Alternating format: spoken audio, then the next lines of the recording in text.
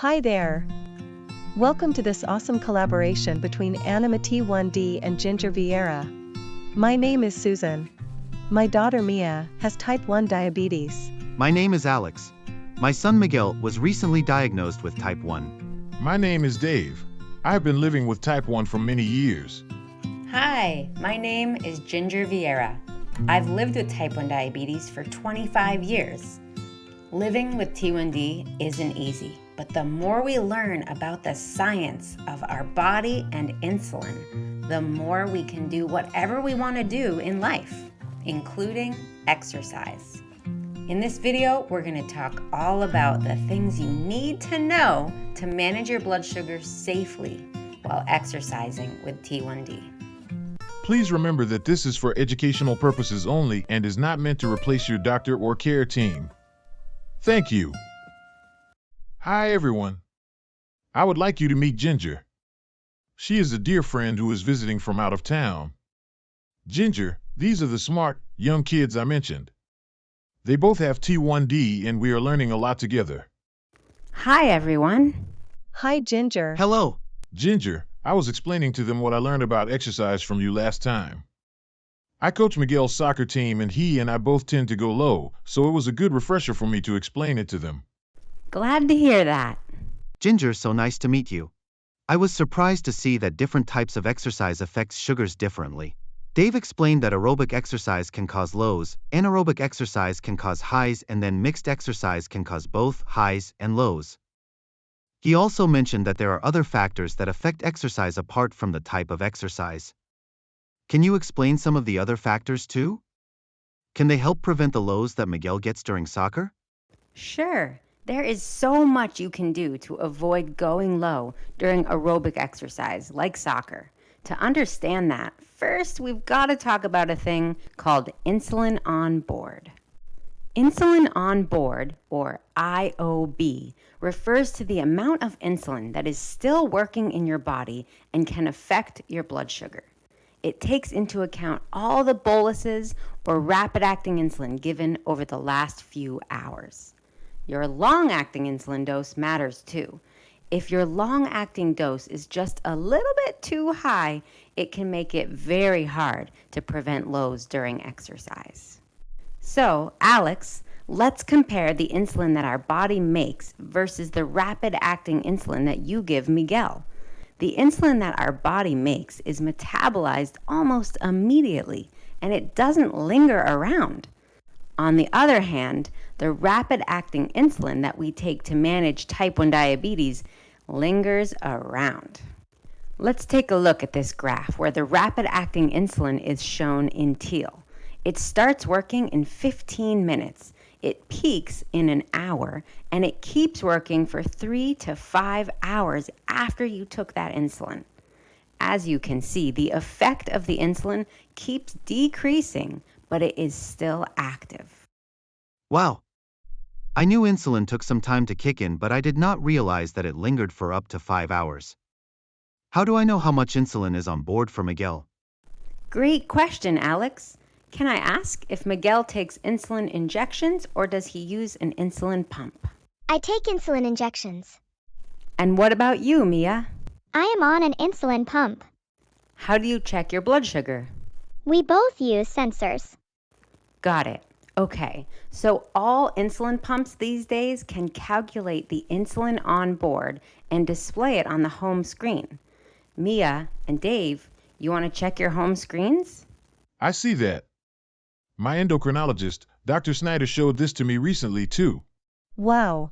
I see it now. I have never noticed it before or wondered what it does. People who take multiple daily injections can also keep track of their insulin on board. So, Alex, there are some apps that you can download to your phone to keep track of Miguel's doses. I can show those to you later. Thank you, Ginger. That would be very helpful. How do I use that information? Simply put, the more insulin he has on board before soccer, the more likely that his blood sugar will drop. How can I avoid that? Okay, number 1, try exercising several hours after eating or taking insulin for a meal. The longer the gap between when you eat and take insulin and when you exercise, the better. But if it's been at least 3 hours, that's ideal because the insulin you took is hanging out in your system for about 3 to 5 hours. This is called fasted exercise because you're planning your exercise for when you have the least amount of rapid-acting insulin on board in your system. The second strategy is to exercise right after you eat, but then you reduce how much insulin you take for that meal. And you might need to cut your insulin dose by 25%, 50%, or even 75%, depending on how much exercise you'll be doing. The third strategy is for unplanned exercise. If you're spontaneously going to go exercise and you already have insulin on board, you might have to consume extra carbs to prevent lows. And strategy number 4, if you do want to eat right before exercising or in the hours before exercise, but you want to keep your insulin on board low, eat a low-carb meal or a low-carb snack. That way you're not taking a lot of insulin and you won't have a lot of insulin on board by the time you start exercising. Let's dive a little deeper into some of these strategies. First, fasted exercise. Every morning, I exercise in a fasted state because I'm exercising before eating breakfast, which means I haven't taken any insulin, rapid-acting insulin, for any meals. If I do need to take a correction dose of rapid-acting insulin before exercising, I'll simply cut that correction dose way down so that I don't have too much on board during exercise. But I can create that same fasted environment at 4 p.m. or 7 p.m. I just plan ahead. If I want to exercise at 4 p.m., I try to make sure I don't eat after 1 p.m. and I make sure that that meal at 1 p.m. probably isn't too high carb so I don't have a lot of insulin on board by the time I'm exercising at 4. This approach to exercise does require planning ahead, but it can really simplify that risk and worry of going low. So, does that mean I should be playing soccer in the morning before eating anything? Not at all. It does not mean you skip meals or you starve yourself. You are a kid and you have a lot of growing up to do, so food is important. Fasted exercise means giving 3 to 4 hours between your insulin dose and your workout time or your soccer game. Or you can make sure your most recent meal is really low carb, like cheese and nuts and carrots, so you don't have to take a big bolus of insulin to cover it. I have volleyball after school just like Miguel has soccer. It is definitely not fasted exercise. What should I do then? Got it. If you are going to play volleyball or soccer, which are good examples of aerobic exercise, that can cause blood sugars to drop. So you want to keep the insulin on board as low as possible. If your meal is more than 3 hours apart, take your full dose of mealtime insulin. But what if your meal is closer to your exercise time? Miguel, let's take your example. You take injections. So if there is a meal within 3 hours of your soccer practice, then you can take less insulin than usual for that meal. The tricky part is that you don't want the meal and the exercise to be too far apart if you're cutting the insulin dose, because then you could end up really high before you start exercising. Alex, some guidelines recommend decreasing that mealtime dose by 25 to 50%, maybe even 75%, depending on the intensity and the length of the exercise. And remember, you can always reduce your risk of lows by choosing a really low-carb snack in the hours before soccer practice. Mia, with an insulin pump, you can take less insulin for the meal too. Susan, you can either enter fewer carbs or set up a different profile with less aggressive ratios if you think you will need to use this often. You've also got to think about your basal rates with an insulin pump. If you're still going low, you might have to set a temporary basal rate starting about 1 hour before your exercise. Some people cut their basal rates back by 50 or even 75%. You can also turn on exercise mode, so your pump will deliver less insulin. Make sure, though, to turn that on at least an hour to an hour and a half before Mia starts playing volleyball. You can talk to Mia's diabetes team to determine how much to cut her dose back by.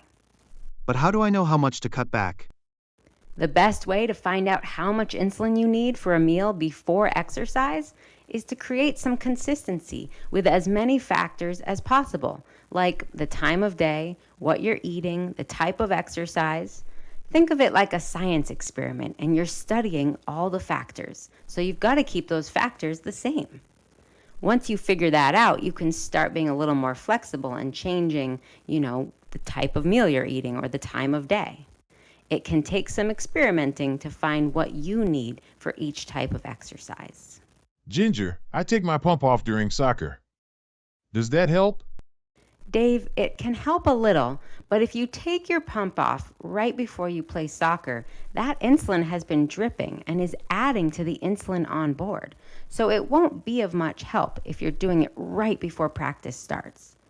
Also, you're on a closed loop pump, so when you do take it off, suspend it. Otherwise, the pump is going to consider the insulin delivered. Try not to leave it disconnected for more than 90 minutes. Ginger, Mia is also on a closed-loop pump. Doesn't it cut the basal on its own?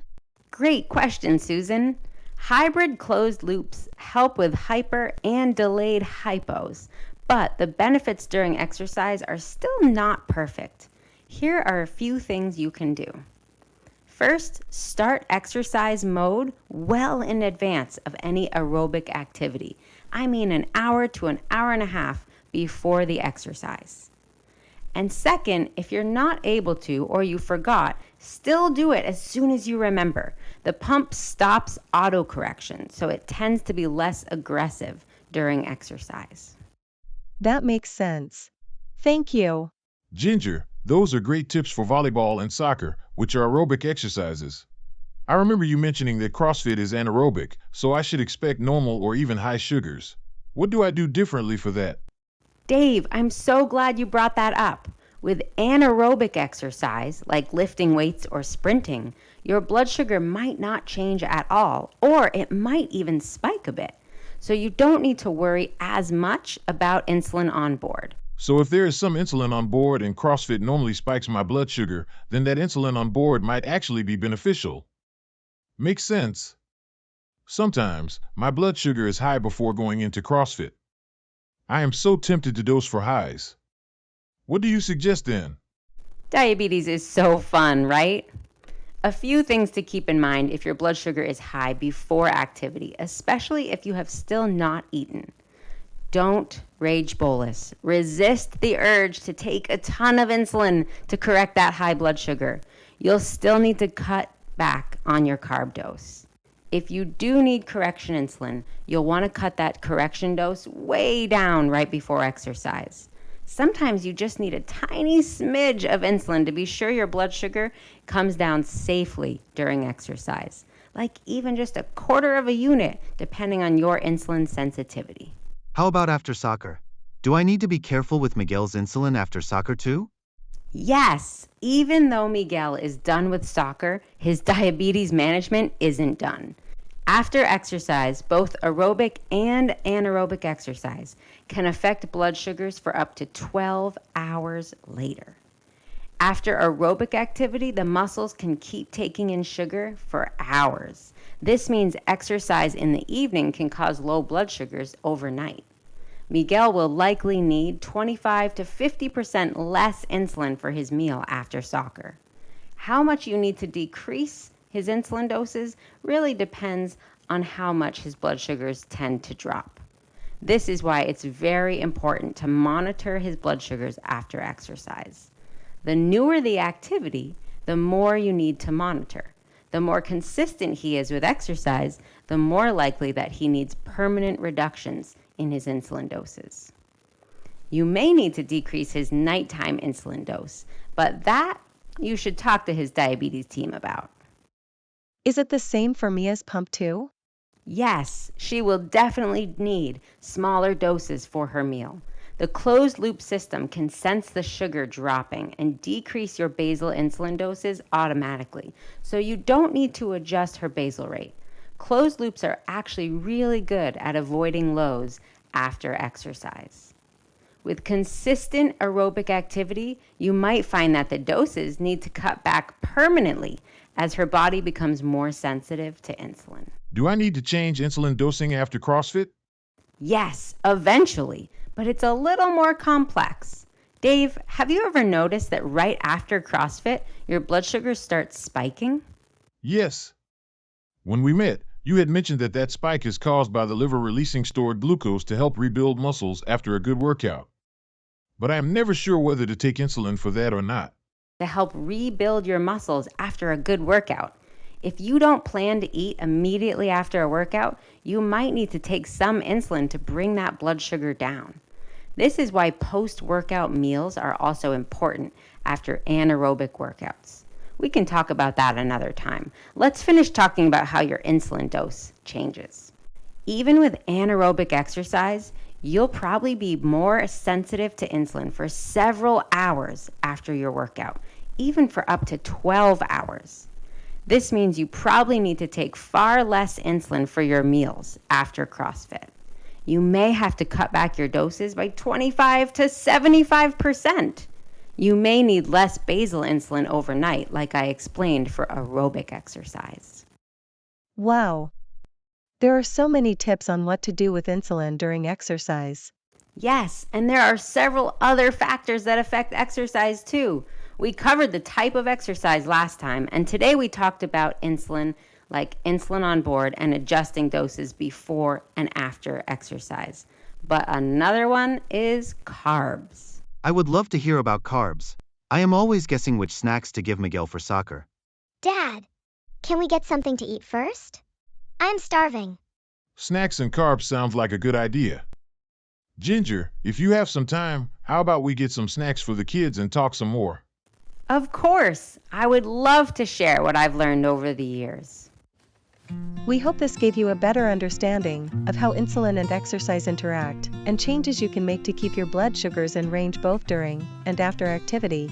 Please remember that this is for educational purposes only and is not meant to replace your doctor or care team. Thank you for watching.